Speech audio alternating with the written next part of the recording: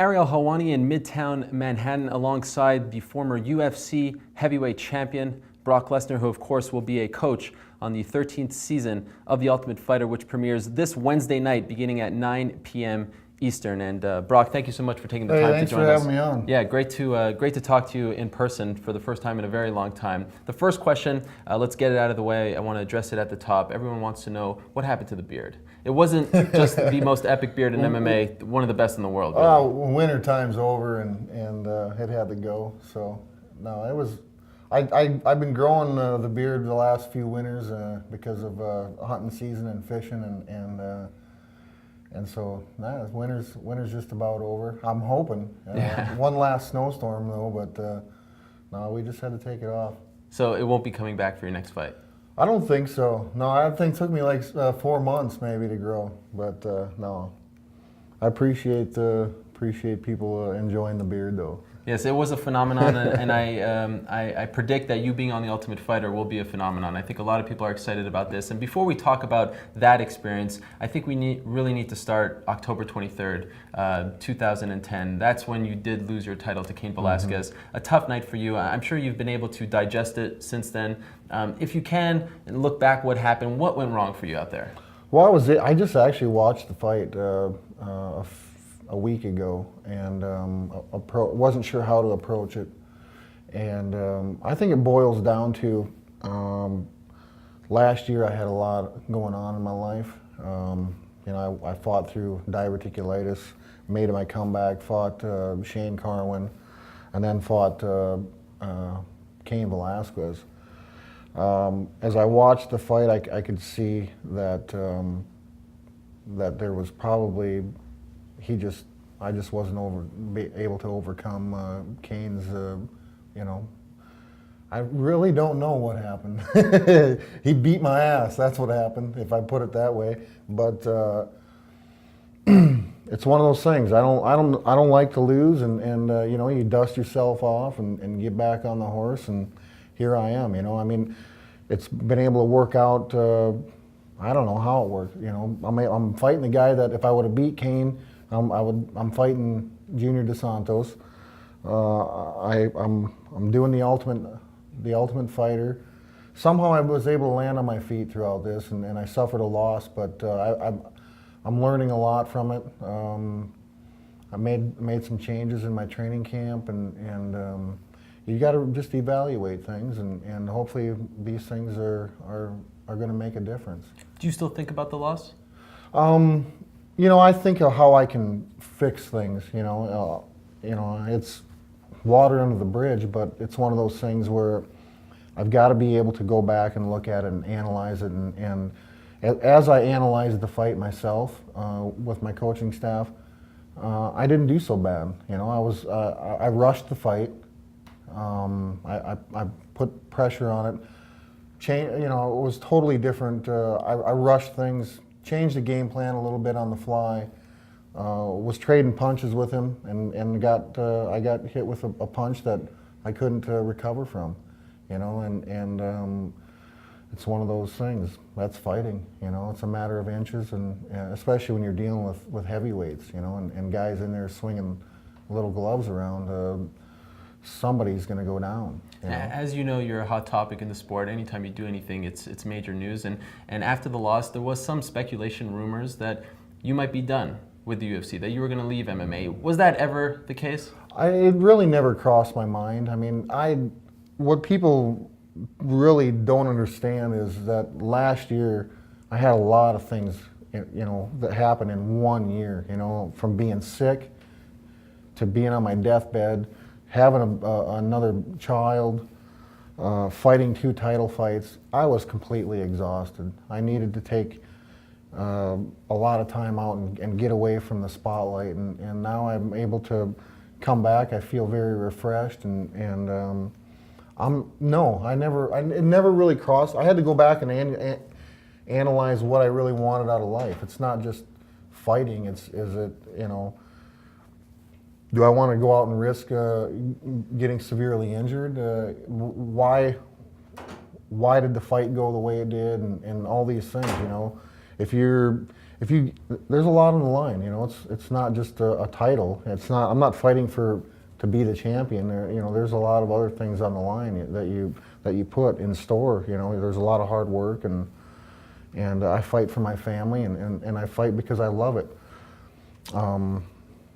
There was a lot of speculation. I think I have no idea. Probably because I just go dark after, even when I win, I go dark. If I lose, I go dark. I just need to get out of the light and get back and get grounded again, because my training camps are, to me, very, very long and strenuous, and the fight, the spotlight takes a lot out of me, and so I need to go back and get grounded and crawl back into my cave, and so there's probably, I can see where there was a lot of speculation, and then especially with the stuff with the Undertaker, and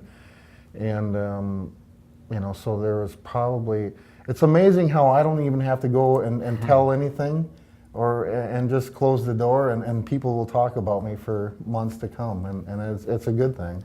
I'm happy you mentioned the Undertaker, Mark Calloway, because after the fight, I don't know if you even know this, but I was the guy who was interviewing the Undertaker. That was you. That was me. Yep. And I was interviewing him. I don't even know if you saw the clip, but he was. We were asking about his thoughts on the fight, and then you walked past him. I was a bit delirious. I went out. Obviously, Kane put me on a street that I didn't know the name of, and so I was looking for my way home. So I went out the octagon, and I was, I had heard that Mark was, the Undertaker was going to be there, and there, once again, I enjoyed working with Mark in the ring, but me and him, there were some things said we have a mutual friend, and that kind of really pissed me off. He asked you, "Do you want to do it?" And we still don't even know what that means. What did that mean to you?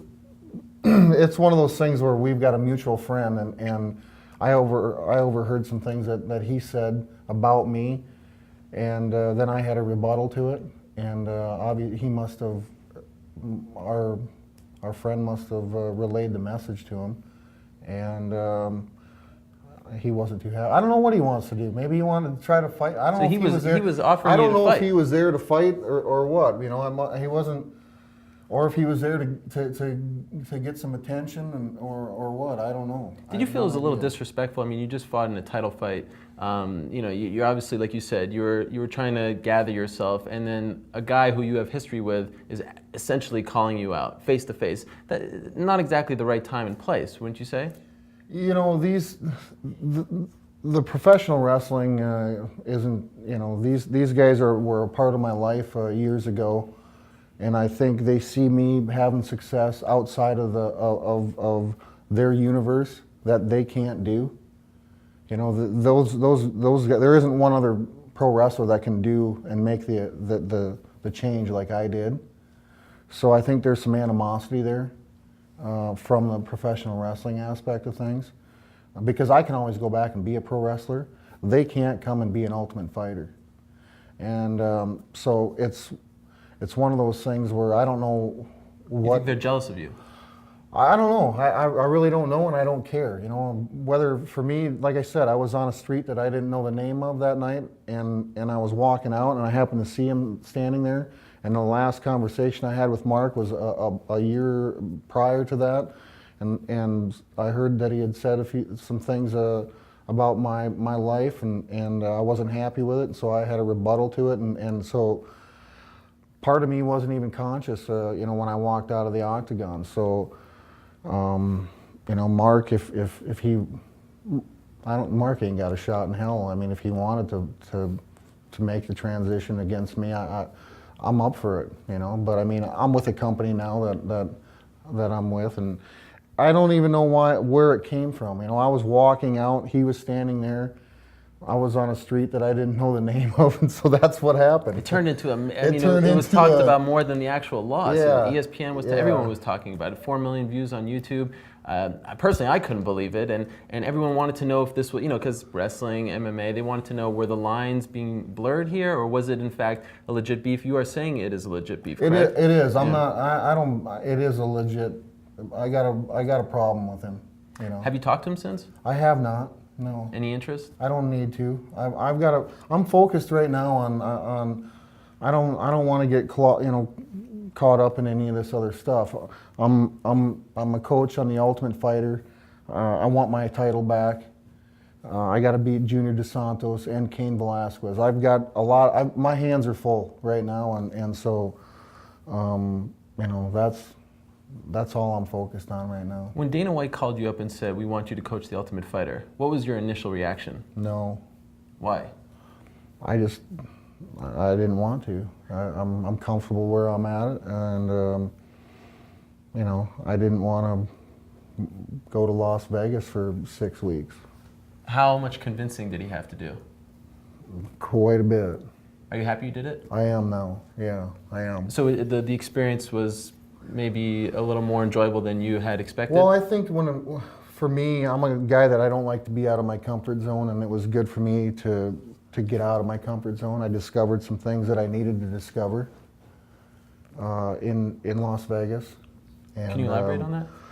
Well, I was able to when you start coaching and teaching the things that you've acquired and forgot about for I've been wrestling now for 25 years, so, and I was able to sit back and not be under any pressure and watch my coaching staff teach and allow myself to teach things to these guys that wanted to learn things.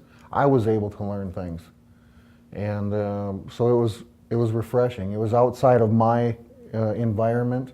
We were in an environment where these guys needed, were looking for. They want. I found myself being in their shoes too, because here I am, a former champion, and they got the same thing in mind. They want to be an Ultimate Fighter. Well, I am an Ultimate Fighter, but I want to be a champion again. So I found it. I could put myself in their shoes a little bit, and we need to break it down, get back to the basics, and learn how to just win fights. And so it was a good thing. All right, just two more questions before we let you go, and we appreciate the time again. What was it like? I know you're very reserved. I know you like to, you like to train at home. You like to surround yourself with your friends. What was it like every single day having to see the guy that you're going to have to fight in a couple of months?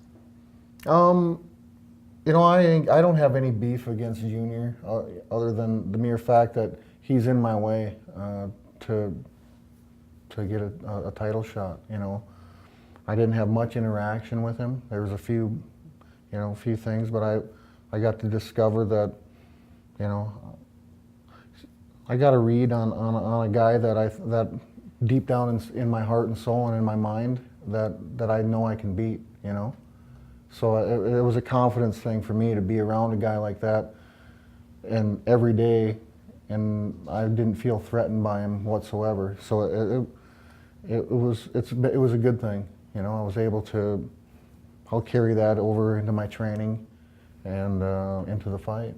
Here's the final one. I think a lot of people will be mad at me if I don't ask this question. There's a big event going on in Atlanta this Sunday. Are you familiar with it, WrestleMania? I will not be there. You will not be there. No. I had to ask it. No. I'm sure you understand. No, I like there someday, if there was the opportunity for me to get back in the squared circle again under the right circumstances, but my home is the octagon right now. That's where I feel, that's my home. If someday the right opponent and the right circumstances came about, I would never say never, but it won't be October 3rd. Well, it won't be April 3rd. Right, exactly. Yes. Yeah. Well, that is great to hear. The 13th season of The Ultimate Fighter kicks off this Wednesday on Spike TV beginning at 9 p.m. Eastern. Brock Lesnar, Junior Dos Santos, they are the coaches. And also big news in the Brock Lesnar world, his book comes out, Death Clutch, written with your good friend Paul Heyman, yes, which we can't wait for. This comes out May 24th. May 24th. Good process writing this? It's been, like I said, I've had a busy life. Yeah, it was a fun process. Paul's a great, good friend of mine, and we had fun. There were some comfortable moments and some uncomfortable moments in the book, and so, yeah, it'll be good. It's action packed and full of lots of stories. Thank you so much for Thank the you. time. Good luck in Thanks. June. Thank you.